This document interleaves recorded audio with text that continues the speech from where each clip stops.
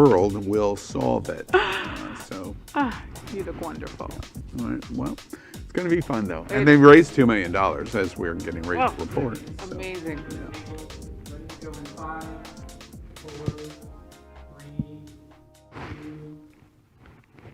Well, welcome to Queer News Tonight, the world's first and only LGBTQ daily evening news. It's time to queer up the news.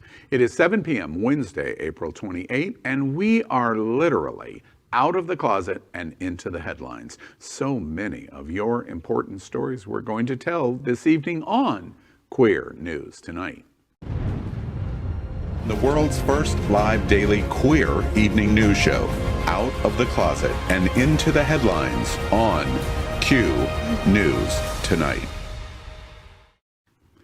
Well, thank you for joining Queer News Tonight. This is the world's first and only unedited live LGBTQ evening news show. So whatever happens, you're going to see it. This evening, we bring you the news of and a perspective representing the LGBTQ community from South Florida, America, and across our planet. I'm your anchor at Queer News Tonight, Al Ferguson. And let's welcome anchor Faye. What? Well, she's out, she's proud, and of course Faye knows what I'm getting ready to say. She's most certainly loud. She is a Latina to be reckoned with, half Puerto Rican, half Colombian, and 100% freaking Jersey.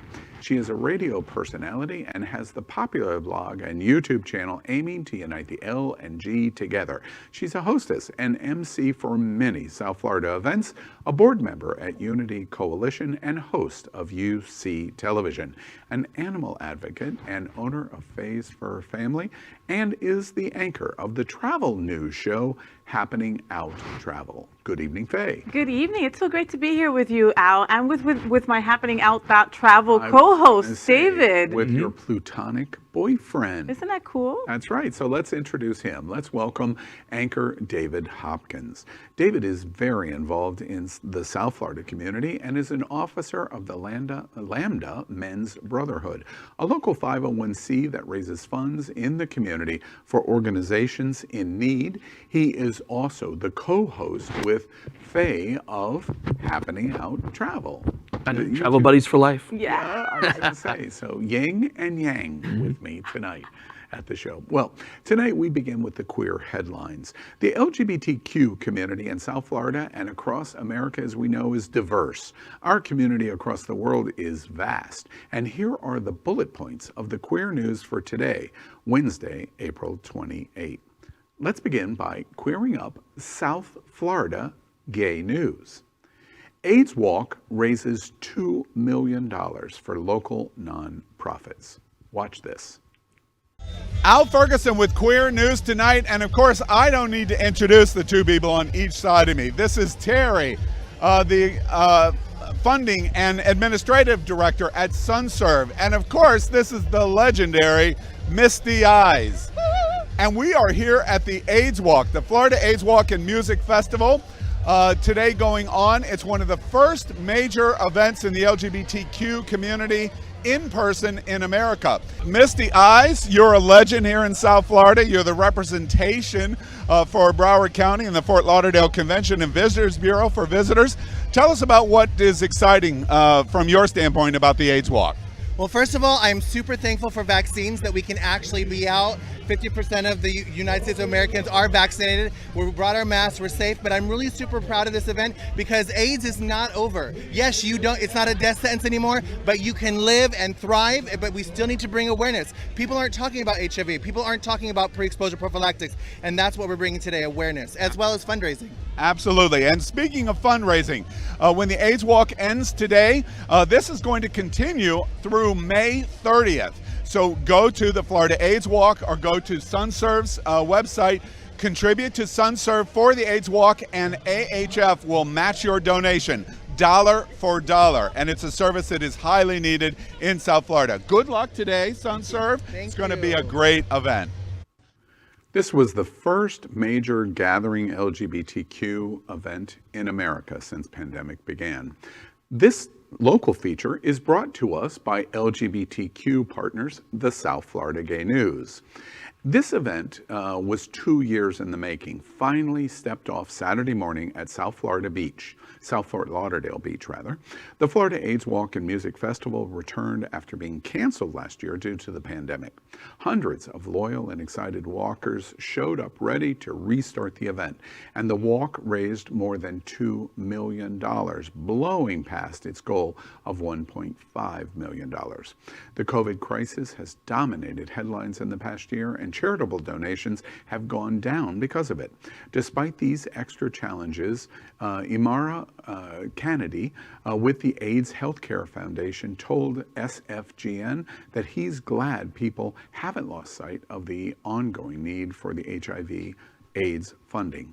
He said, quote, "As we transition into society's new normal, we are so pleased that the community remains committed to supporting the fight against HIV and AIDS throughout South Florida," end quote.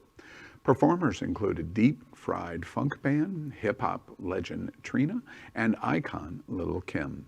Money raised from the event benefited many South Florida organizations, including Pride Center at Equality Park, the Equality Florida's Institute, Latino Salud, and Sunsurf. Terry Dyer, Sunsurf's director, who you saw in that video, the director of development, said he couldn't be happier. He told SFGN, quote, "After such a trying year, it was wonderful to get together, walk, celebrate, and raise important funds. Our hats off to the AHF team for organizing a pandemic-safe, exciting event.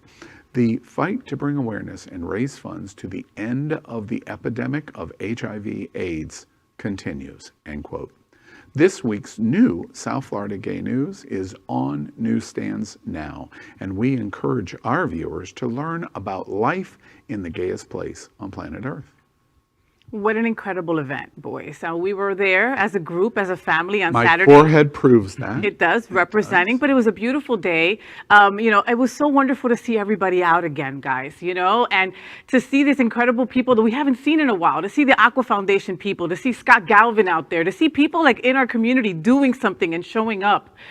It was beautiful. $2 million. That's incredible. AHF, I mean, they're incredible for matching dollar for dollar what everybody brought in. Sunsurf. Okay, and let me go into my twerking. Because Lil' Kim killed it. Yeah. Killed it. Trina was amazing too, but they were just, and it wasn't because we haven't been out in over a year. It wasn't. It was just a lot of fun. Yeah. The Florida AIDS Walk is always amazing. Last time I was there was when Flo Rida performed, and it's such a great way to raise money. And raising funds is really hard right now, so I recommend, if you're watching, go on Facebook, do the donations. You can even go on Amazon and go smile.amazon.com and pick non-for-profits in your community, and then when you purchase stuff, money goes to them. It's real easy to help your non-for-profits. Not every event is going to be as fun as this, but it's always important. I'm thrilled that Queer News Tonight and its Happening Out television network could support this event, and first time I've ever been to it, and many of the anchors, including Faye Watt and myself and Tony Lima, we actually walked in the 5K, and I'm going to reveal a little secret. No, you're not. Oh, yes, I am. Oh. We got about 1/4 of the way, and then we stopped at a bar and waited for everybody to come back, and we enjoyed cocktails until they came back. And when we saw Robert Boo from Pride Center, we knew, okay, now it's time to get up and continue the walk back to the Lil' Kim stage. When Al saw Robert, he ran by next to him with a margarita in his hand. Yeah, I've been walking all along. What are you talking about? Exactly. That's right. And congratulations to them. $2 million. Amazing. Amazing. Incredible. Thank you. Next, we queer up entertainment.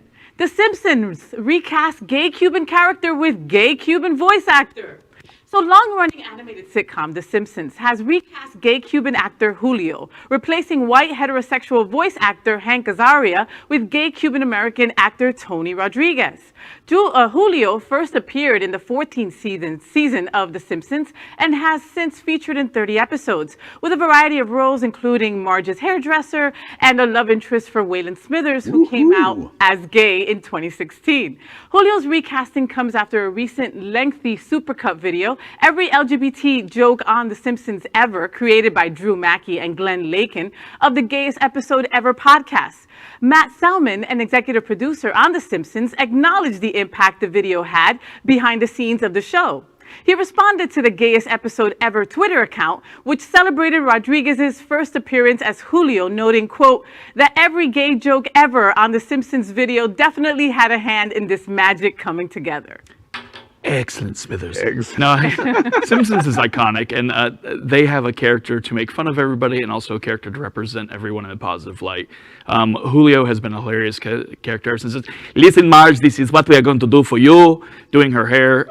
So it's great that's actually going to a gay voice actor now. I owe Drew Mackey and Glenn Lakin an apology because we covered their release of every gayest episode ever on The Simpsons that was like 9 hours and 40 minutes long. And I made the joke repeatedly, these boys need to get a life. And there you go. The executive producer at The Simpsons goes, not so much, hold on, and makes a significant change that becomes iconic now for LGBTQ. So I apologize, Drew Mackey and Glenn Lakin, because you've had significant effect on the culture of the LGBTQ community. Congratulations for that. Congratulations. And I'm glad that they gave this job to Tony Rodriguez. So Tony Rodriguez is an awesome dude, right? And he is Cuban, and he's actually a consulting producer on the documentary about gay drag queens in Cuba.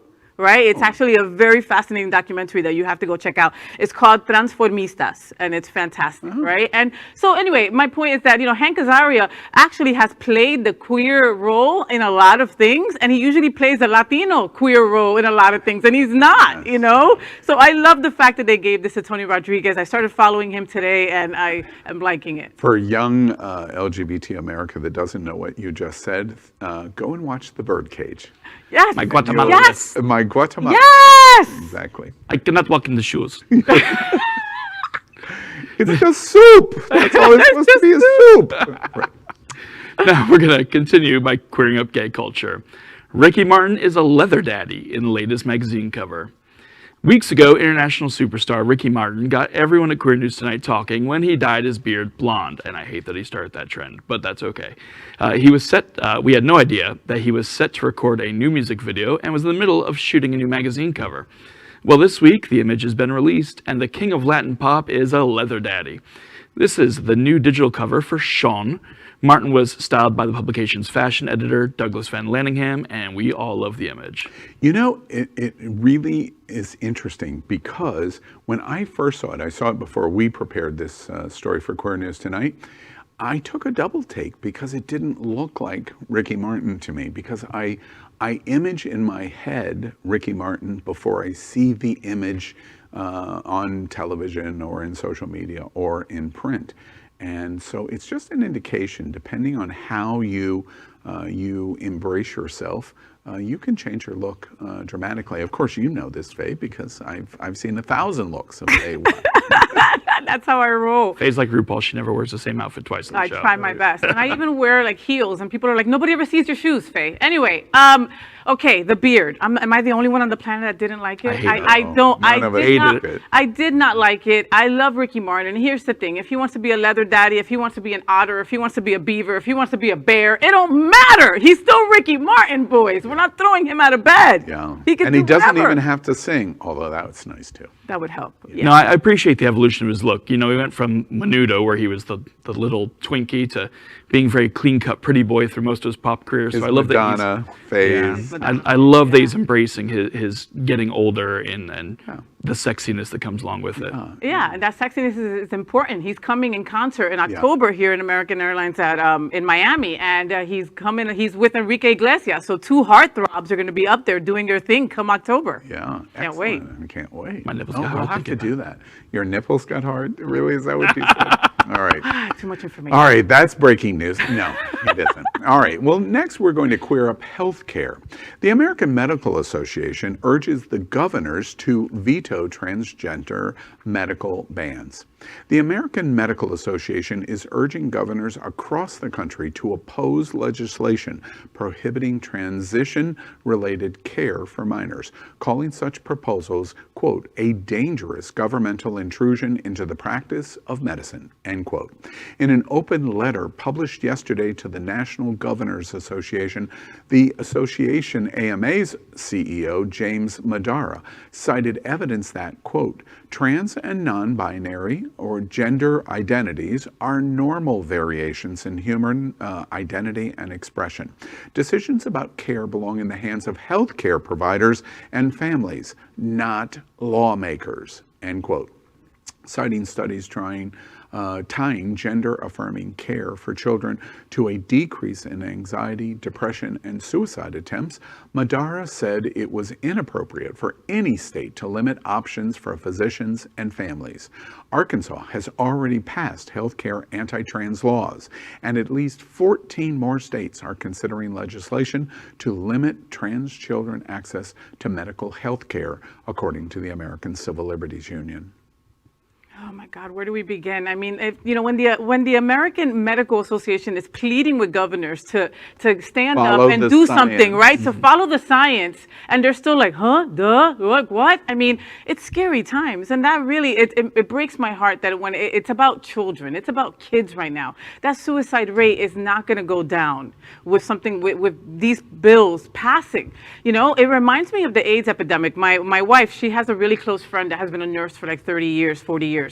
And she tells me that back in the 80s, they were able to pick and choose what patients they wanted to help. Can you imagine that? So if you just didn't want to, I don't want to deal with gay people, they wouldn't deal with anybody going through AIDS. We can be back there again so easily. It's heartbreaking. Yeah. It really is. One of the groups that's most hurt by this is the group that us in our community also forget about, which are intersex children.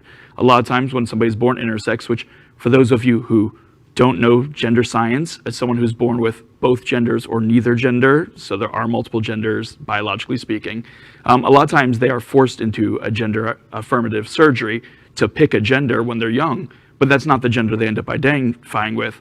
And now these kids who were born both genders can't identify as they are, you know, which whether you're trans or not, these people who are forced into one at birth, but then can't go where they feel happiest, it's really impactful for. You know, as great as this 100 days, first 100 days of the Biden administration has been, this is the scariest asterisk going on in the LGBTQ community in America. And I just want to point out, without picking up the rock and throwing it at someone's head, DeSantis in Florida, Tennessee, Louisiana, Mississippi, Texas, South Dakota, what do they all have in common?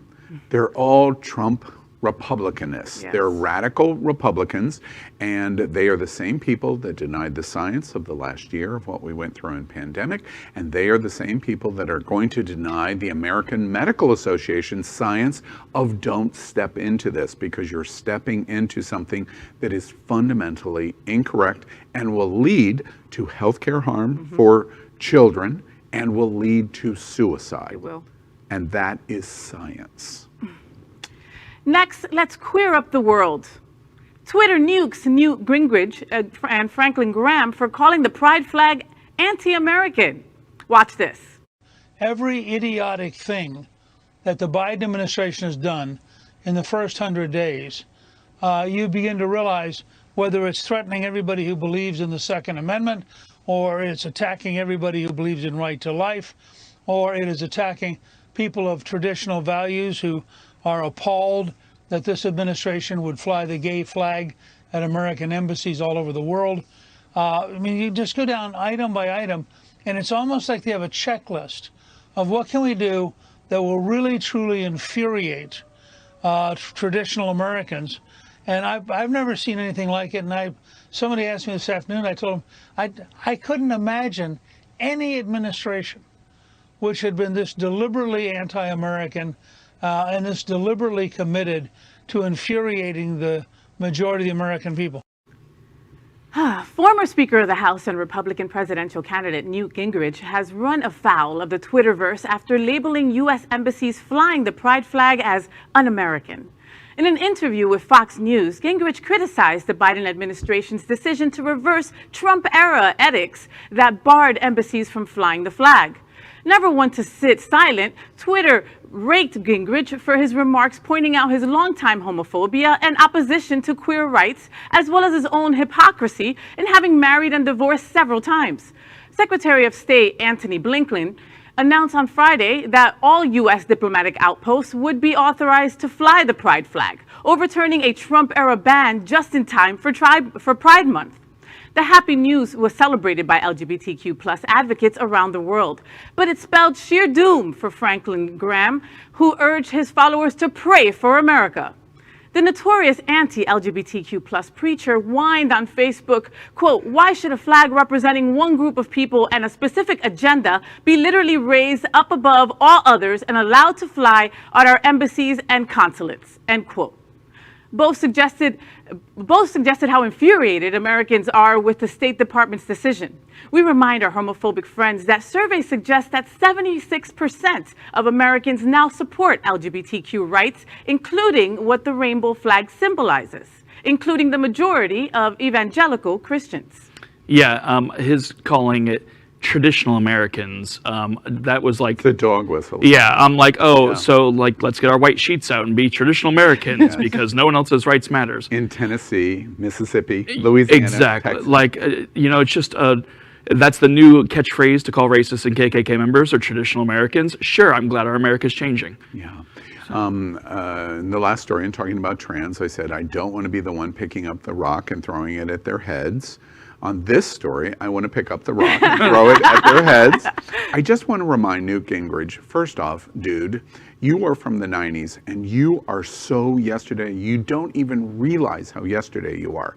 As you're talking about, as David just pointed out, the traditional valued Americans, in your own party, even in the Republican ends, the most radical ends of the Republican Party, the acceptance of LGBTQ and our simple rainbow flag is in the upper 60s of acceptance. You are in dramatic minority. Don't try to sell us something that is not true. You are lying. Reverend Graham, I pick up the rock and throw it at your head. Almost every, every major religion in America, by overwhelming majority, supports LGBTQ rights, even the Equality Act, and certainly the rainbow flag. And the lowest number is evangelical Christians, which you represent, and that is still in the upper 50s. You don't know what you're talking about, and you're lying. At all. And he's totally lying. And the hypocrisy is like just so huge. Like what David just touched on, the dude was already sleeping with this woman when he wasn't even divorced from his second wife. He's been married 3 times. Isn't that something like in the Bible or some crap like that? I mean, Yeah, adultery is come kind of a big on. deal. Like it kind of is like, you know, one of the 10 Commandments, right? Yeah. Are they, is it, do they Instead update those? instead of the morality issue, I would rather stay on the ignorance issue. Ignorance issue. Oh, there's so much ignorance. And that's our queer headlines for today. So let's catch up on the LGBTQ news surrounding COVID-19 with our special segment called Quarantine Quickies. Queer News Tonight has been an LGBTQ America's first and most important source on the pandemic, as we've reported on coronavirus on every news broadcast since January 6, 2020. Tonight, we report the devastating effect coronavirus has had on the American and worldwide LGBTQ community in total cases and deaths. We also provide hope of a new light at the end of this long tunnel. As of tonight, more than 2,304,000 LGBTQ Americans have contracted COVID-19, and more than 41,000 LGBTQ Americans have died from coronavirus. As of today, more than 232 million vaccine doses have been administered in the U.S. And that is our COVID-19 news for tonight. Next, we report that Happening Out Television Network is passionate about our support for the LGBTQ community. An example is Sunshine Cathedral, the world's largest queer church here in Fort Lauderdale. We are broadcasting from our permanent set here at Sunshine and supporting that partnership. The network broadcasts the largest LGBTQ religious broadcast in the world, with more than 30,000 watching every Sunday at 10:30 a.m. Eastern. And it's totally live. We encourage you to tune in. Our campaign of sponsorship proudly supports Sunshine Cathedral, is my queer church. Watch this.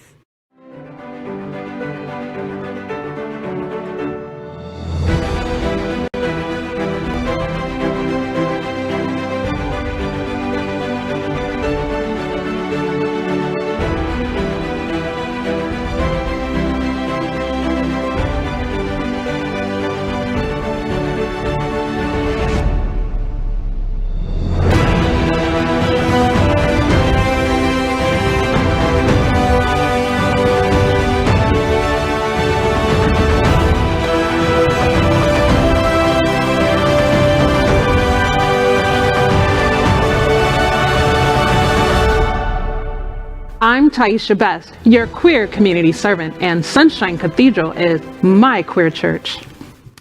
We'd also like to thank our set designer, Concepto Modern Living, here in Fort Lauderdale, for making this set and this amazing queer church campus possible. Finally, we thank Queer News Tonight's hotel sponsor, Best Western I-95 Fort Lauderdale. This is the closest and best choice to the famous Wilton Drive, and our hosts and guests stay at this LGBTQ ally partner. We encourage you to stay here when visiting South Florida. Well, next this evening on Queer News Tonight, the Happening Out Television Network serves as the premier sponsor for the 23rd annual OUTshine Film Festival, happening now through May 2nd. You can purchase your tickets and passes now at OUTshineFilm.com. Watch this. Get your tickets now for the 23rd annual edition of the OUTshine LGBTQ Plus Film Festival, happening April 23rd to May 2nd. Don't miss our incredible grand opening drive-in event, followed by 10 days of non-stop films from here and all around the world that you can watch at home. Watch trailers and get your tickets at OUTshineFilm.com now. Well, Queer News Tonight is proud to showcase many of the film directors during the OUTshine LGBTQ Plus Film Festival. And tonight, we are pleased to feature the film Raw, Uncut Video. I love that title.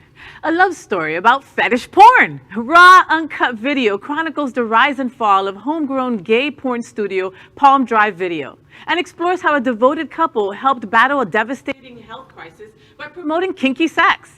Legendary Leatherman Jack Fritscher met Mark Henry in 1979 at Harvey Milk's birthday party. How cool is that? And the two fell in love. When the AIDS epidemic swept through San Francisco, the couple left the city to begin a new venture, turning a rural ranch in Sonoma County into a safe sex porn studio that offers viewers new sexual possibilities in an age of plague. Casting rugged, non-professional models to explore their unique erotic fantasies on screen, the studio explored a wide array of queer kinks and helped champion sex positivity in the porn industry.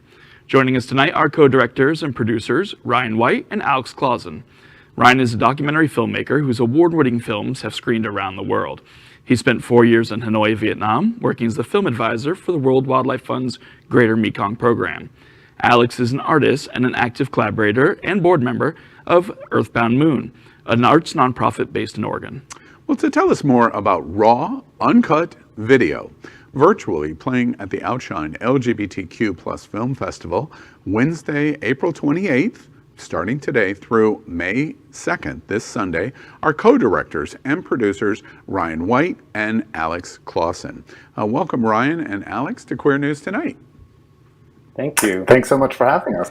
Well, I have to say right off the bat, of course, y'all are, I understand, coming from California tonight, right? That's correct. Well, we're in South Florida, and when we discuss this storyline of your film and what South Florida is getting ready to experience at OUTshine starting today, we've got 1,000 jokes in our head. So if we get inappropriate at any moment, just go, "Ow, that's inappropriate," and we'll stop. But porn, right. This sounds like so much fun. First off, for me, who lived through the coming out experience in the 70s and 80s and AIDS, and San Francisco was the place every young gay man wanted to move to in the 1970s because the Village people were telling us to do it. Tell us a little bit about what the inspiration of creating and the storyline of this film. Tell us about the creative process of doing this. Sure. So Alex and I had worked on a project with Jack Fitcher and Mark Henry before, and both of us have always been really interested in sort of in history and the history of the AIDS epidemic, and specifically how kind of kink and leather communities stepped to the fore in terms of kind of raising awareness about AIDS and kind of really sort of helping folks out during the AIDS epidemic. And that's a history, that kind of history of the leather community sort of stepping up during the AIDS epidemic. There's a history that's kind of not really explored that much in film. And so when we met Jack and Mark and they kind of introduced us to Palm Drive Video, which was their studio, Alex and I went, holy moly, this is going to be a great film. And so we've spent about 5 years kind of diving into this world of video fetish porn, from the 80s and the 90s. Your efforts in terms of Palm Drive, one of the things this is a documentary? Yes. Yeah. Yes. I haven't seen it yet. I'm very excited to see it. He's very excited to see it. I'm very excited to see it. I know a lot of people in gay adult entertainment in America. Palm Drive, when they made the decision to leave San Francisco and move up to Sonoma County, one of the things that was curious to me when I was reading details about your documentary was in terms of fighting and preparing but continuing to fight the AIDS epidemic, was having a safe sex environment. Define that for me of what they were doing in Sonoma County. How did they accomplish that? Well, so their videos were primarily solo videos. So it was really, and often it was just Jack filming, and it was really about creating a fantasy with the actors. And so it was, Jack always talks about like the camera was the actor's sex partner. So it was really about creating this real fantasy for people to watch, where it was often just a solo performer. And when they were creating these solo gay videos in Sonoma at Palm Drive, how were they distributing them? So in the 80s, 90s, how was it getting into the hands, or how was it being seen, this content material that they were filming? VHS, it was, mail distribution. You had to fill out a form and mail it in to get it. But also there were some rental stores had their tapes. Yeah. So if they were mailing these videos, would it have met the standard in that time period of X-rated material, and so sending it through the mail they potentially could have gotten in trouble for? Yeah, there was a number of states that they would not mail to, mostly because of the in the 80s and just legality of mailing pornography through the mail. So there was about 15 states that could not receive Palm Drive videos, and Jack and Mark talk about how they would get these from folks in those states saying, please, I want to see Daddy's Beer Belly in bondage so bad. Wow. And they would have to just say, I'm sorry, we can't ship to North Carolina, or we can't ship to whatever state you're in. Yeah, as part of the South Florida leather fetish community, in the community we discussed the AIDS pandemic and how a lot of people used to say leather sex is safe sex because it's non-penetrative, there's no bodily fluid exchange. But the greater community doesn't really acknowledge the leather community's outreach in that. So I just want to say thank you for making this movie, because it really helped show part of the community that a lot of people shun, but we're doing a lot of work. And we're in. I want to ask you a question about pandemic. Your experience in having this OUTshine Film Festival, of course, is one of the most important, of course you have in California, OutFest, but one of the most important LGBTQ festivals in America, because it's really two festivals. In the spring, it's here in Miami, and then in the fall, it moves to Broward County and Fort Lauderdale. So it's two festivals in the course of a year. I would imagine that a subject matter for a documentary, raw, uncut video, is unusual in an LGBTQ film festival, especially in a year in pandemic. What was it like for you in this last year to prepare, finish the documentary, and then present it at something like OUTshine in a complete virtual experience? What is your reaction to how you've created this and persevered in what we've seen in the last year?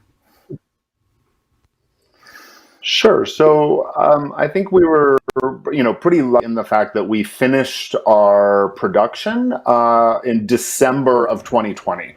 So we pretty much, December of 2019. So we pretty much spent 2020 editing the film and bringing it together. So we were in post-production during the height of COVID. And our timing couldn't have been better for that because, of course, post-production, you're inside, small crews, in the editing suite or whatnot. And then now we're kind of releasing the film into this sort of hybrid film festival environment where some film festivals are saying they're going to do things online, but they're also going to do in-person events. And so it's kind of a real interesting time for film festivals right now. And I think it'll be interesting to see what kind of shakes out over the next couple of months as festivals kind of decide how they're going to screen work. Yes, we're in a hybrid here at OUTshine. They've had two inclinations. Both inclinations of 2020 were completely digital, and now we have a bit of a hybrid, an opening and closing, and many things are going to change. I just want to provide kind of a recap of what I just heard. You finished the filming production of it in December of 2019, and it was beginning in Wuhan in December of 2019. As we know now, January 5, the announcement by World Health Organization that this mysterious virus has taken place. We went into lockdown in March. So both of you spent almost all of your 2020 working on gay porn to occupy your time. Is that what I just heard? Like, did they try any of the moves while they were doing that in 2020? Like that one with the boot to the face was one that I want to try like right now. Yeah, let's come back to that. That's what you just told us, right? That's what you spent your entire pandemic lockdown doing. And lots of time to be creative. Yes, very creative. All right. Well, all right. Well, Ryan White, Alex Clausen, a fascinating subject. Really, I hope it has lots of penetration in our community because I suspect, penetration in our community. No, these are solos. Okay, so there might be some impact. Yeah, there could be some impact. I think very interesting because the time period of AIDS and let's face it, gay adult entertainment was really, really important to our community in the 80s and 90s because it was still a very secretive community, and it was one of the way. Everybody didn't live in San Francisco or West Hollywood or Fort Lauderdale and Wilton Manors. So as a result, this is how they consumed gay sexual entertainment. They were in the closet. Yeah, they were in. Right, exactly. So the documentary likely is going to be very interesting, and we wish you luck on it because it likely celebrates and brings attention to the historic nature of what happened in AIDS in the 80s. Remember, Ronald Reagan wouldn't acknowledge, and Palm Drive video in Sonoma, California is going on simultaneously. It's a fascinating story. You can see it now, and you want to go to OUTshine Film, to their website for OUTshine Film Festival. It is available to you in 24 hours a day in digital streaming now through Sunday, and it's not to be missed. Ryan White, Alex Clausen, thank you very much for being with Queer News tonight. It's been fascinating to learn about your documentary. Yes, thank you. All right. Thanks for having us. Thank you, boys. So that is today's news for the LGBTQ community on the world's first and only daily LGBTQ evening news show. Is our community important to you? Then help us by liking and subscribing, ring the bell for updates, share this news. We are the only LGBTQ television live video news in the world that is out of the closet and into the headlines. We need your support. I'm your anchor, Al Ferguson, and on behalf of anchors Faye What and David Hopkins, we will see you daily. And of course, that means tomorrow night at 7 p.m. Good night. Good night.